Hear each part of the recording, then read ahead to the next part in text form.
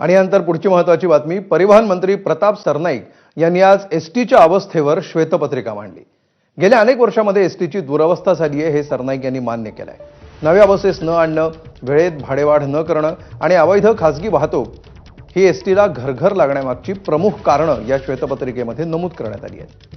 महत्त्वाचं म्हणजे आतापासून दरवर्षी 5000 नव्या बसेस विकत घेण्यात येणार आहेत आणि त्यासाठी लागणारे चालक आणि वाहक नव्यानं भरती करण्यात येणार आहेत। या बसेसचं मी कंत्राट देणार नाही, या बसेस माझं महामंडळ विकत घेईल असं सरनाईकांनी ठामपणे सांगितलंय।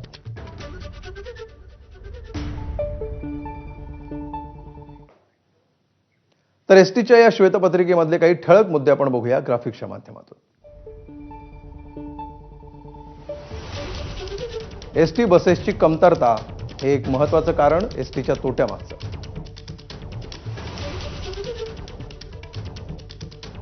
अनेक वर्षांपासून चालत आलेल्या जुन्या बसेस,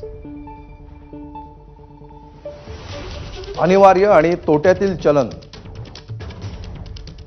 अनियमित भाडेवाढ, अवैध वाहतूक,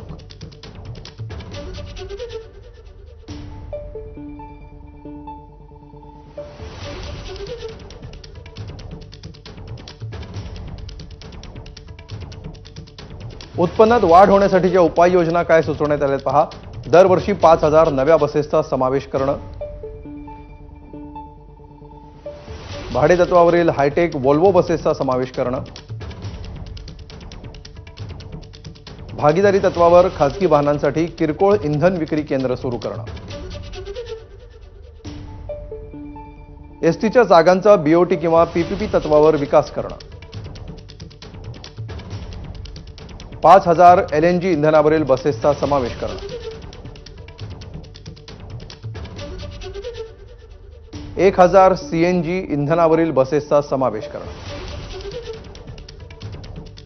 एसटीच्या व्यवस्थापनासाठी आज्ञावली विकसित करणं,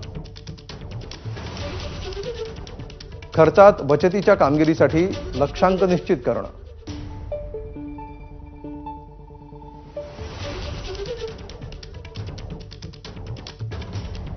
पाच 5300 इलेक्ट्रिक बसेसचा समावेश करणं, सुरक्षा आणि सोयीसाठीचे उपाय, सवलतधारी प्रवाशांसाठी नॅशनल कॉमन मोबिलिटी कार्ड योजना राबवणं,